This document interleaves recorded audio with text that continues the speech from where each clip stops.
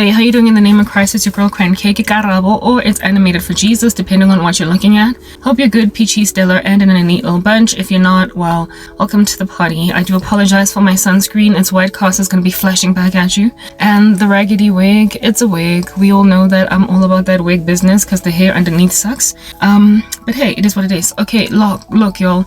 The hair underneath needs unraveling. I need to remove the braids underneath and redo them, but that's irrelevant. People are in danger. Look, okay, I made a vow with Jesus Christ recently because I knew that I needed to. I'm trying very hard to rock up gentle in my messages and not really kind of throw my toys out the cart, because I'm dealing with a lot of spiritual war. I'm trying to be gentle. I'm trying to snatch souls out of the flames of hell. So I am uploading content on a YouTube channel, on YouTube channels across the board that are going absolutely nowhere because first and foremost, it's the place where I've been uploading content all along, so I'm not going. Secondly, I anticipate that at some point my content is going to get viewed, despite the severity of shadow banning, despite the severity of blockages. And thirdly, I'm actually kind of rooting for the very animals that are doing this to me. Okay, the very people that are shadow banning me, closing me apart. I'm trying to appeal to, never mind their consciences, but just their self-preservation. At the end of the day, hell is real and they're going there, hitting the ground running, and I'm trying to snatch them. So it's ideal for me to come here with a very soft disposition instead of just kind of harsh, because I have been kind of harsh. Indeed, I have been dealt quite a cruel blow. So with that having been put out there as a caveat, if I do at some point throw my toys out the cart and I start to get yelly and screamy, have mercy on me. The horrific mistreatment on my person is like a whole thing. Not only that, there's like a danger that's just lurking, hovering around in the streets. And my thing about that is, who are you married to women? Like, I am so sad for women, but at the same time, I'm also like, you know, nothing happens in a vacuum. Women, when things fall apart, there's always multiple factors to account for why things have fallen apart. And when one does introspection, looks deep within themselves, they can sort of kind of find the root cause to why certain things are happening. I'm a woman. Sorry, I'm choking. Must be my coffee. It's got pepper in it. I'm a woman too, okay? So that is the reason why I kind of feel bad for women. But look, God has given... Okay, let me just put this out there. I have a ministry online. I chat about the things of heaven. I would never stand at a pulpit at a church and preach because I am a woman. And God does not allow women to preach or to exercise authority over a man. So my YouTube channel is the best place to vocalize my thoughts, my sentiments concerning the things of God, and of course to evangelize. I'm doing the work of an evangelist here. This is the work of an evangelist, okay? Coupled with the fact that I am really doing everything in my power to try and reach women for Jesus. Because y'all, women, you know what? Hey, you're in danger, man. You're in danger. I am trying to give counsel to women because I'm a woman. And that's, if at all, I'm going to be giving advice, counsel, imparting knowledge, wisdom. It really is to other women. That's the allowability. That's the leg room that God has given me. Other women. But women, you are not listening to me because you have got agendas. Whatever they might be, they are just oozing off you, coming off like a gas. And I have not been able to permeate the loudness of the resistance of my person. But it's okay. It's to be expected. All right. One last time. It's to be expected. We're in the last days. We are in the last days, okay? And people are just not going to be able to endure sound doctrines, and having itching ears, they're going to gather for themselves a great number of teachers to teach them what the itching ears want to hear.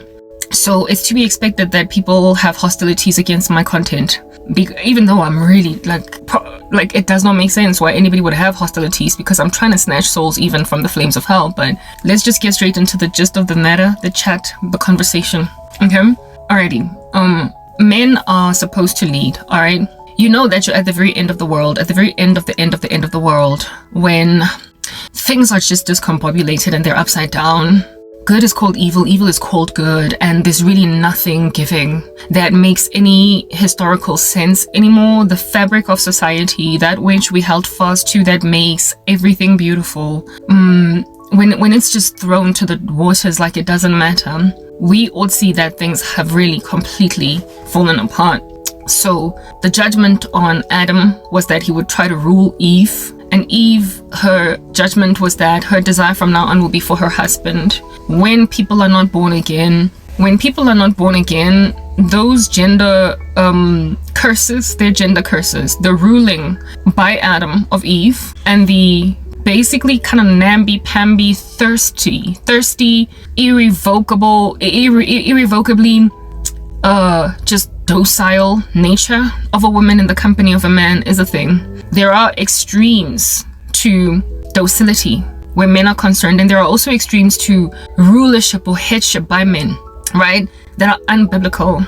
The first and foremost head above us all is God. He's Jesus. He is above us all. And then men are underneath Christ, and we are underneath men. We are given explicit instructions to submit to husbands or men, the patriarchy essentially, as women, and not be recalcitrant, rebellious, and pushing back against that, to basically just honor what roles God gave us. But we do get God has veto power over the authority that men have over us, insofar as men are ungodly. If these men are expecting us to submit under heinous, ungodly feats, we can completely ignore them.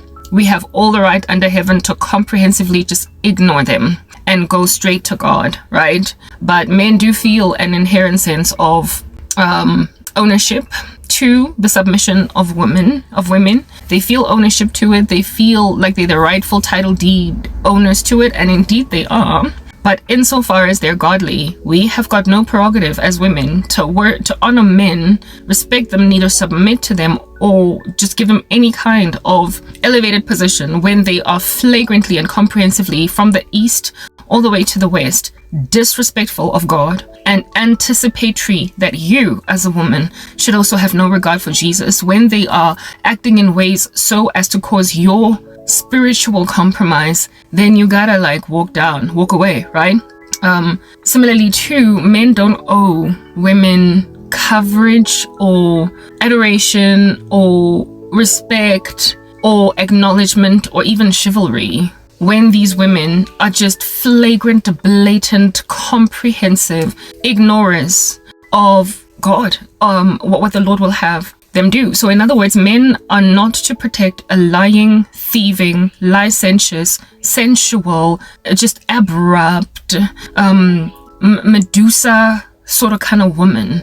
They don't have to protect that woman, because to protect a woman whose head has got snakes for hair is to do that at the peril of sober women, and therefore the destruction of society at large. Destructive women who are cantankerous and who have no respect for gender roles in the sight of Christ are destructive to society at large. They teach other women trash, essentially. They inspire women to adore manipulation, smooth speak, butter tongues. They tell other women to pride themselves in their sexuality sufficiently enough for them to end up extremely sexually proclivious, promiscuous, long story short. They teach other women trash, and therefore have removed from themselves the protections that the patriarchy award women. They should be enemies of men, regarded as such, received as hostiles when they're in the room. They do not get to have the same protections under the patriarchy as women who are sober and respectful of rules, right? And who are sober and respectful of God and his piety and what he has to say about our piety. Because if these men ubiquitously and indiscriminately just protect both godly and ungodly women in the same blanket, we as godly women don't have an avenue of escape. We cannot breathe. We cannot breathe because these Jezebels will literally consume us whole. Do you understand? They eat us whole. They are louder, so their voices are far more readily heard. And they are more influential because they tend to operate with that which is shiny, it is ornate, it is seemly, it's comely, it's attractive, it's instant gratification. And mankind, being that we are born dead in trespasses and sins, naturally gravitate towards instant gratification and ill-gotten gain. Okay, so therefore they tend to get our daughters fast and furious before we can get our daughters. They get our sisters first. They get the ears of other women easier. It is therefore the responsibility of men to essentially protect sober girls from crazy ones, because women can be bridled by nothing but the enforced authority of men. that they walk in responsibly that God has given them. When men essentially put their feet down, women gotta sit, okay? They have to sit. Even the most androgynous of women will sit under a successful patriarch. That's what I'm getting at. God has given them that superpower, if you will. And so there is an inherent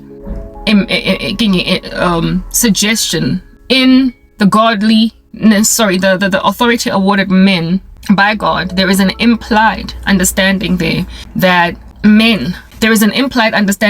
men can successfully bring order to society insofar as they are godly, even in the ecosystems of really treacherous women. Okay, but when we are now chilling, as we are now chilling in these last days, all right, there is a discombobulation, a confounding, if you will, of all that which has kept our society together, not with sticky tape, but with the holiness of God, with the very fortifying, solidifying structures of God. It's all just falling apart. Men, therefore, very unfortunately, are in support of bad girls, and they are thriving as a result at the expense of good girls.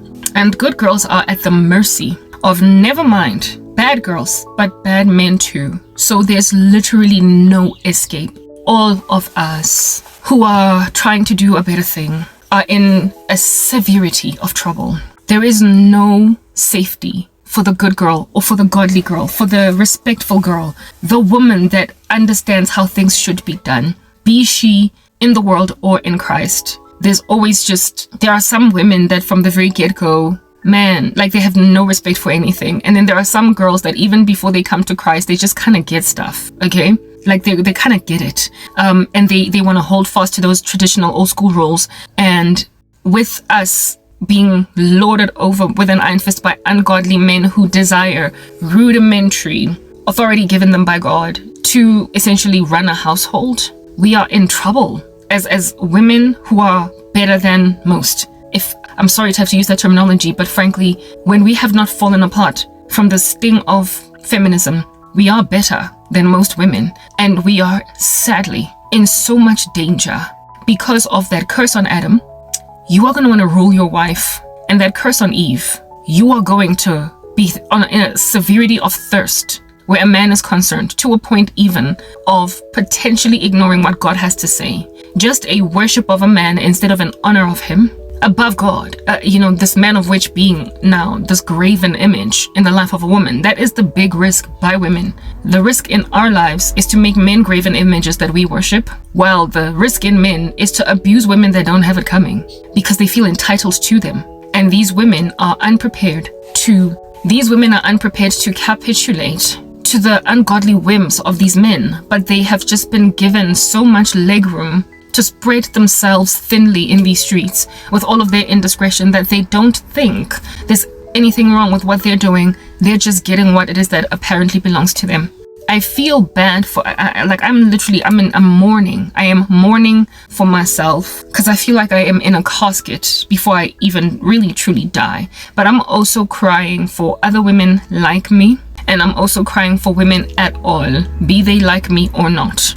Because yes, indeed, we have responsibilities as women to honor God and to be better than the extreme feminist, okay? But what we are falling prey to at the mercy of men who want to rule, even when we are trying to be godly, is, guys, like, women are in danger. We're in trouble. But you see, women, the trouble that you are in, that we are in, is because of your ungodliness. God made Eve for Adam because it was not good for Adam to be alone. So God made him a helper, meaning that we aid the godly agenda of men along. They don't successfully walk in it apart from us. It is written in God's word that husbands must listen to their wives if at all their prayers are not going to be hindered. If they don't listen to women, their prayers get hindered. This is a symbiotic relationship, a mutually beneficial relationship,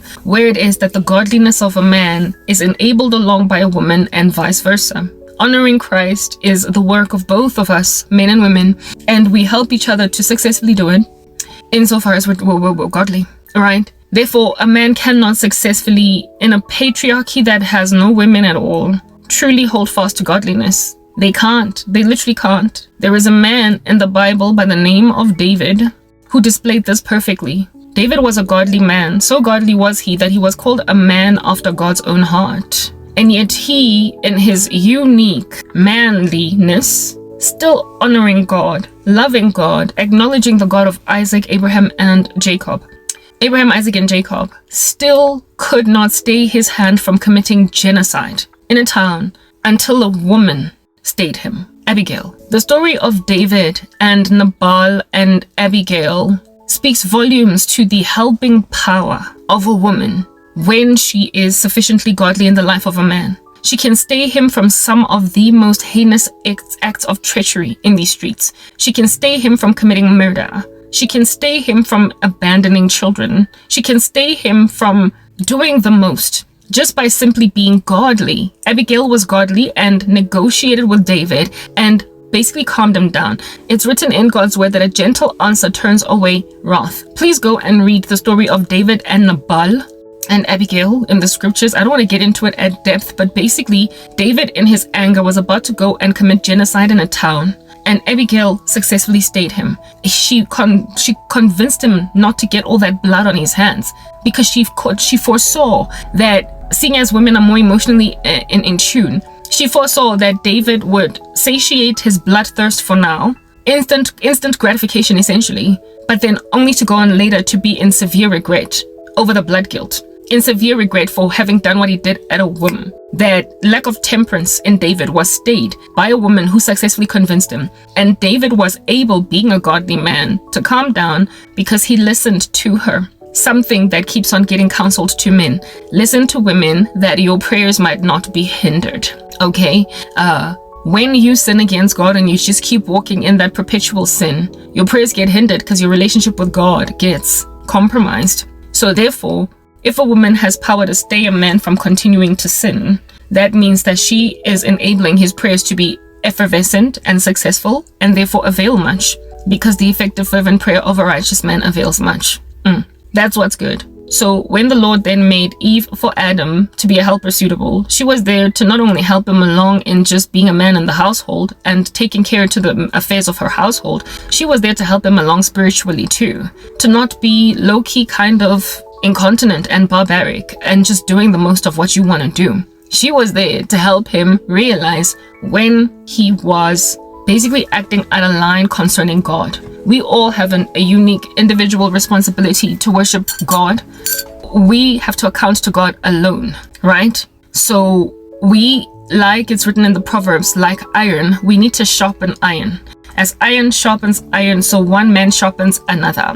All right? So women have a responsibility to sharpen men unto godliness, and so too do men have a responsibility to sharpen women unto godliness. A bad woman can't do that. She's rottenness in the bones of a man. She rather approves of his insanity. All right. And so therefore, this propensity towards barbarism that is unstayed by the calming effects of a woman over a man's wrath can literally burn all of society down. And when men burn society, we're all done for. That's why I'm saying, women, I feel horrible for you.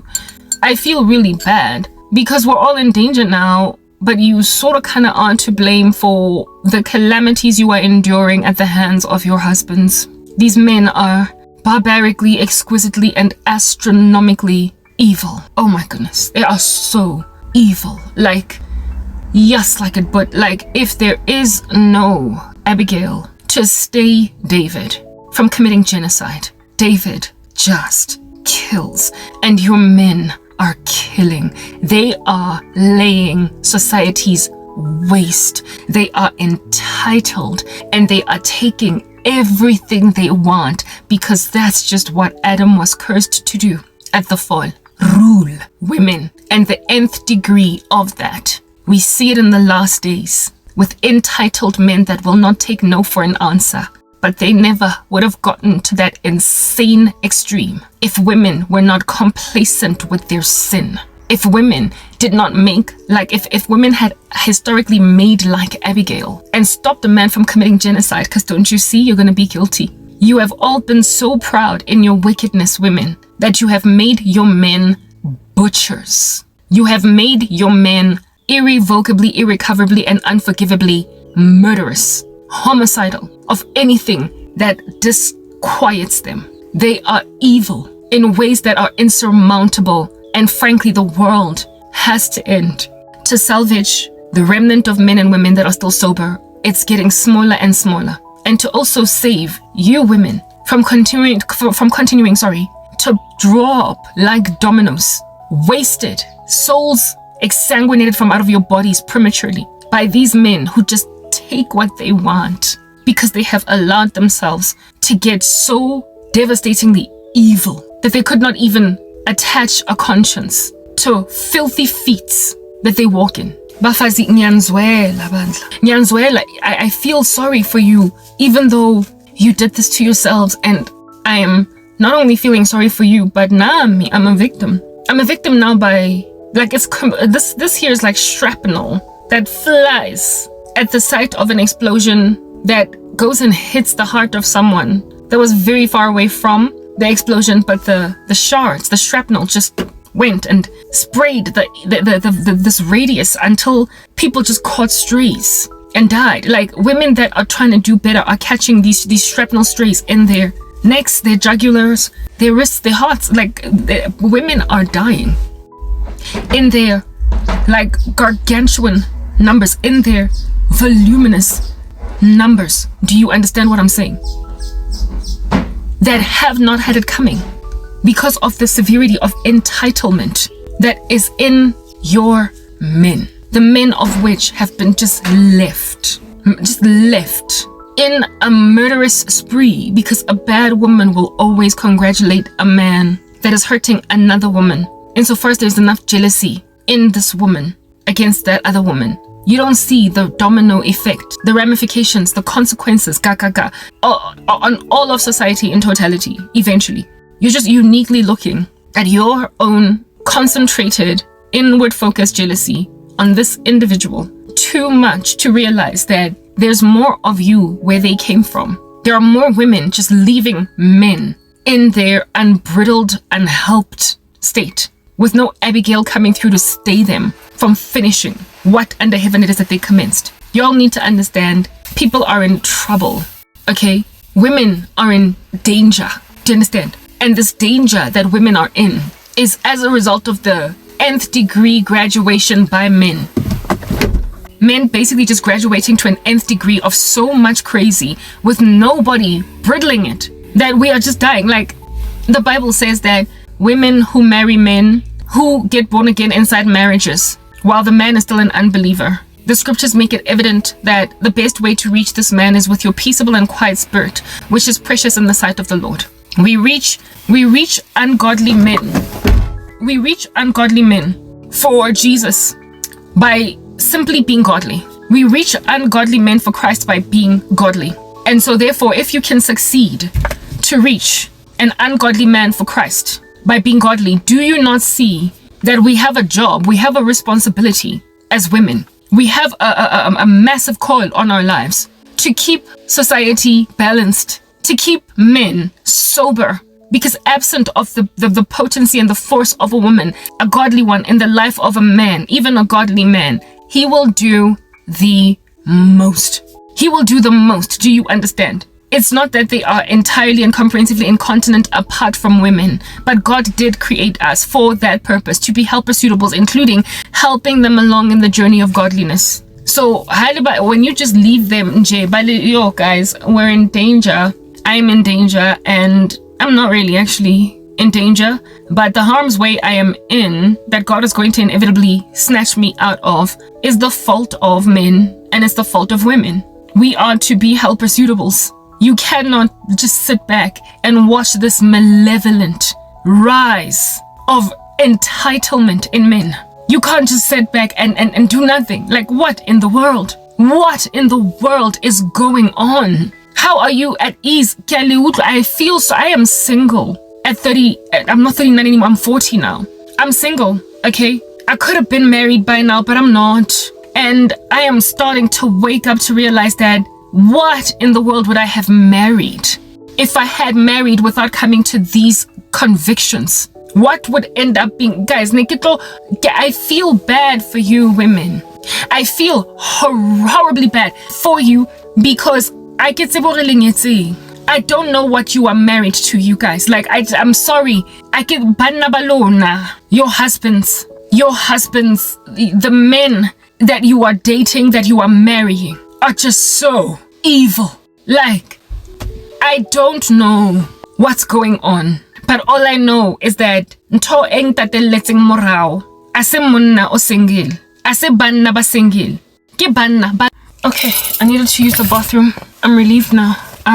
Yes, the thing that is costing me any kind of peace are not single men, it's married men. It's your husbands. And while that can cause you as women to be like proper women, that's the problem. Like, hey, women want to be loved, okay? We understand that in this world, there are women basnang maitse woman. But they all over. They don't care. Your husband karing eshainang kaufel. Utlashela some chick in the office, and this chick, just insofar as it's convenient for her somehow, umupatella rent or whatever, she will be happy to go and crush your soul. But understand this, on the come up, please, like, can we have a discussion? Out of scheme saka kaufela sa dichomi. High school, university, wherever it is that I was at, out of all the women that I hung out with, there isn't even one, not even one. I literally cannot account for, actually no, correct, I stand correct, only one. Here, there we go. There was only one. And I've had a plethora of friends. Babangat, don't look at me today having nobody. Don't look at me today kisnati show me. I've been stabbed in the back. Women have done the most where I'm concerned because we are in the last days. People are crazy. They're losing their minds. All right. But before people became essentially the spawn of Satan, walking around unprepared to acknowledge their own consciences, my girls, there isn't even a single one that was ever at ease, ever content with the prospect of being with somebody else's boyfriend, or husband, worse, especially husband. All my girls, high school, varsity, corporate South Africa, wherever it is that I was working, that I gathered for myself, friends, they all, all of them had this rule that they would never be with a married man. I've only known two, actually, friends that were messing with married men out of the plethora of women that were in my friendship circle. The plethora of them that were in my friendship circle, Shazi, the distractions around me are just agitating, like, to say the least, but let me just carry on speaking. Okay, if out of a crew of anyway, let me just get this message out. If in clumps of girls that I was with, most of us did not want to be with anybody else's man, it says that the mistress phenomenon, the side piece issue, albeit being prevalent and annoying, irritating, men will always prosper to find a side piece, okay? They're good at searching them out. They are excellent at they do excursions in the wilderness and go into cracks and crevices of caves and successfully locate women that are happy to be second best. They find them, they're everywhere, but they are frankly not the majority of women. They just aren't. 3, I'm realizing one more now in my mind. One of the girls that was a side piece mistress, she was a career mistress, like she was this young 25-year-old black woman, and she was the mistress of this old white man, and like she was happy to, like, she was his mistress as at her 25th birthday. She could have been his mistress since she was 22, and this dude like set her up or whatever. Okay, that was the one case. And then there was actually four women, now that I'm thinking about it. The other one was this 24-year-old woman friend of ours that started working a job as a personal assistant somewhere, and then she started sleeping with her boss, had a whole relationship with her boss, and even gave him a child. Okay, then there was one of my friends slash colleagues when I was working for MT, and she did not entertain or humor the prospect of cheating on her husband with a married man. So both of them were married, but she was deeply considering it because she was in a bored season of her marriage or whatever. but she did not go through with it. However, she was deeply considering it. I then had another friend who only once the man passed away in some car accident confessed because she had no one to cry on the shoulder of. No one was there to comfort her. She was all by herself, grieving a boyfriend that is the husband of somebody else, could not go to the funeral because she was the side. So she had to mourn by herself, and eventually she broke out and said, Karabo, I have something to tell you. And I was there to comfort her for the loss of her boyfriend, right? Why did that friend of mine, why did that friend of ours decide not to speak even about her affair? It's because she was among those that held fast at some point to the fact that she'd never be with a married man. She was, however, seduced sufficiently enough to end up accommodating one, dated one who then died on her, and bereft, she then opened up. Out of like all the many ladies that I had for friends, there were just those 4. Right? Now, again, the very same thing that I'm speaking about, that one woman whose boyfriend, who was a married man, passed away on her, is the very reason why most women are just unprepared to go out like that. That's the reason why they won't go out like that. Second best, God, He created men and women to be different in essence and function, right? What needs to be comprehended is that women need love. We need to be loved. And when we are loved, we feel secure, we feel ensconced. That's why women settle so very much, unfortunately, for being die rechte. In that a guy has, a rechte would be like a main chick. In that a guy literally will confess to you in your face that he's got 5 other women, but you're the main one. That's why so many women are happy to accept that, take it in their stride. Because the importance of being regarded as the one woman that a man can't afford to lose, that he has essentially said base camp at, is that valuable to a woman, enough for her to settle when a man that does not want to exercise self-control over his loins, to settle for him calling her main. We just take it, okay? If you think about the movie Baby Boy, Taraji was told the same thing by Tyrese. Yeah, I sleep with other women, but you're the one and I'm probably gonna marry you. Women are just running with that all over the show. And the reason why that's the case is because God made us to desire love from men, and our desire from now on will be for our husbands. And the Bible says that men love your wives the way that Christ loved the church, whereas with men it's respect, right? Women respect your husbands. So men thrive on respect, honor, elevation, while women thrive on that protected, ensconced space of love. Therefore, it's hard, like no man's business. I would imagine, I've never been a side piece.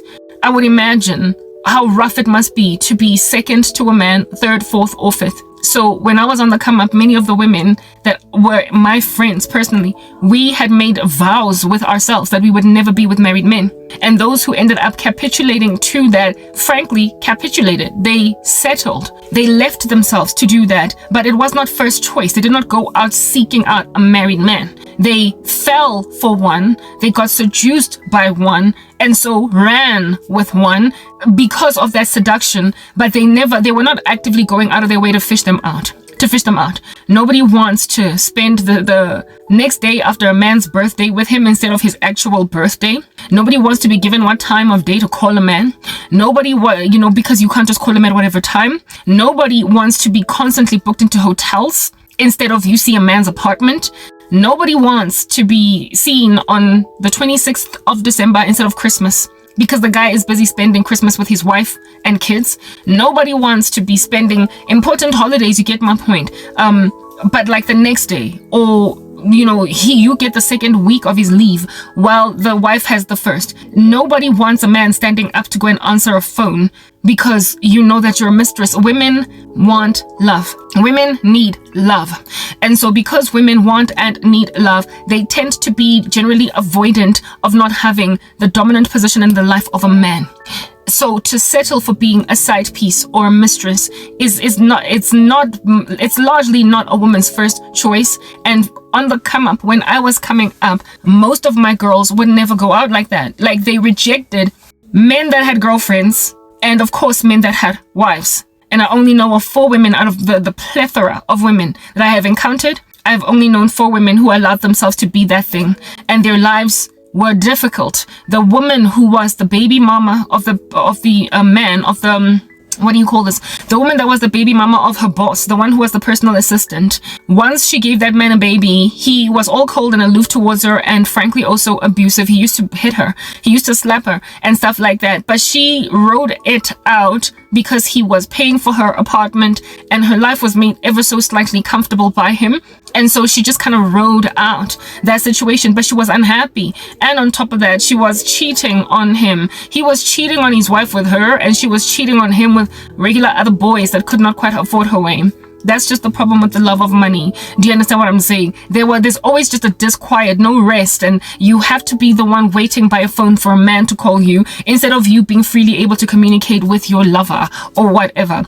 That's the problem. The woman who was the mistress, the one that was the career mistress, the one that was from 22 all the way up until the time we met her at 25, the mistress of some married white guy. That chick, she had a roster and a schedule. Like, she understood to tiptoe around the fact that this was a married man. Ugh. She understood herself as one that needed to tiptoe around this married man. And she was content with that being a thing. She knew that she would have to wait for him to call her. That apartment that he was paying for, that's where they would always meet. He would never ever go out there and see anything. That their conversations were restricted to certain things. They couldn't talk about certain things. It was taboo for her to even raise the fact that she's unhappy with being a mistress. She could not tell him, leave your wife for me. Because this dude was like, I'm not doing it. Like, so you either take it or leave it. Like, take it or leave it. And so she had these demarks. She took in her stride being second. She just took it in her stride. Ultimately, that woman, I would come to learn later on, she went on right ahead to marry her own husband. I remember just thinking, okay, she's married to her own husband. How can she ever trust her husband when she was such a willing mistress for so many years at the expense of another woman? The colleague that I had at Coco MTN that was tempted to cheat on her husband didn't, precisely because of just feeling scummy for being, never mind somebody's side floozy, but not being the main thing in the heart of a man. And then of course there is the friend that I made mention of, whose boyfriend, lover, married man died on her. He died on her. And when he died, she could not mourn with his friends, with his family. She couldn't be comforted by his people. She couldn't share tales or stories about this man in a memorial type of fashion, where it is that she is talking about how Jimmy did that, Jimmy did this, he was such a loving guy, he was that, like, you know, the stuff that comforts you when someone dies, when the world is hugging you because your man died. No one was hugging her because she was the side piece. She was told by one of his boys that he died, and he left it at that. She was left high and dry, amanzi, from bereavement, and ended up breaking the news to me because she had nobody to comfort her. That is something that women generally and inherently understand is problematic. And so most of us don't just go diving into it, okay? Most of us don't just go diving into it. Therefore, when an ecosystem is throwing itself at you, because it has taught itself sorcery, because it has learned a spell or two, because it has acquainted itself with spiritual manipulation, to then go and grab a society of women that generally just don't want to be number 2, 3, 4, or 5, and then make them happy to take the status of being number 2, number 3, number 4, number 5. When men are graduated to a point of so much wickedness that they now are forcing women that are unprepared to be their side pieces and their mistresses to make them that. And these women are falling for it. These women are falling for it, plunging like one after the other, after the other, after the other. They're just plunging into this spiritual frenzy and chaos. Do you not see then how much danger we as women are in, at the mercy of these psychopathic men who are upset at the unpreparedness of certain women to go out like that? When I was on the come up, the great majority of my girls were unprepared to go out like that. I am starting to wonder how many are still holding fast to that now that they've crossed over the demarcation line of single to married. How many of my friends, my former friends, are cheating on husbands? How many of them have allowed themselves to be mistresses? How many single young women that are yet to be married are allowing themselves to be mistresses? I was watching something, a TikTok, okay? just yesterday of this beautiful young woman. The name of her TikTok was, "When he's busy ghosting me, I call his wife and do this." The TikTok was basically this woman getting on the phone with this man's wife and telling her that, "Tabo, can I speak with Tabo? Tabo's not here. Well, can you please just give him a message and let him know Can you please just tell Tabo that the children, the twins that are born are boys?" And this woman is like, "What do you mean twins are born are boys? What are you talking about? What are you talking about? You telling me that you've got twin children with my husband? What a fish paste." And basically this woman was priding herself in being a mistress. Of course, I think it was a joke. It was not the real deal. But this is a young woman that is out here already toggling with the prospect of being a mistress and giving a man grief for ghosting her because he is with his wife for those hours. And she feels left out on a limb. And when I went into the comment section, nobody was busy talking about how it is that, "But why are you priding yourself in being a mistress in the first place?" People were just laughing. LOL, LOL. "Oh, you've got such pretty skin. Your face is so beautiful." Like, they're not commenting on the treachery of the adultery that this young woman is proliferating. But if you think even about the message in that TikTok, here it is that a young woman is frustrated by being ghosted by a married man. That is the thing that used to cause women to be unprepared to be with married men. Because I don't want to be ghosted. I don't want to have to call my man at certain times because you're not going to be careful to avoid catching him with his wife. I don't want to have to tiptoe around that. And certain mistresses are content with being the mistress, knowing that they are mistresses. They understand that that's like a whole thing, and they respect the rules. When women walk around in that level of wickedness, of course, I mean, what under heaven is going to stay David? What is going to stay David from committing genocide? It's like we're enablers. It's what I'm getting at.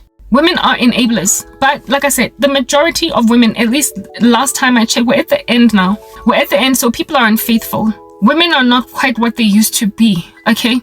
I am 40. I was born in 1984, and on the come up, most of my crew of girls would never be seen dead with a married man. They had such a lofty morality to a point where they would never even steal a boyfriend from a chick, because there is just this inherent longing in women to be, to have a number one position in the heart of a man. This chipping away at that by women. Ooh, y'all. It has manufactured so much evil in your men. Y'all. I feel so bad for you. Like, I feel bad for you even though I can say, why ningziba? I don't know why you're ignoring me, women. I don't know why maybe it's because I'm born again.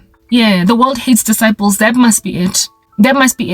Mara, the thing that's pursuing me, I am not the only victim, and it has made amadoda enu insufferable. It has made your husbands insufferable. Where we gonna go? Messingena protection. Messingena abavikeli in men. Where are we gonna go when these people who've got grander muscle than us, who have been given spiritual authority by the God of the universe to lead, to protect, to serve, to care, when they drop this ball, when men drop this ball, where do we, guys,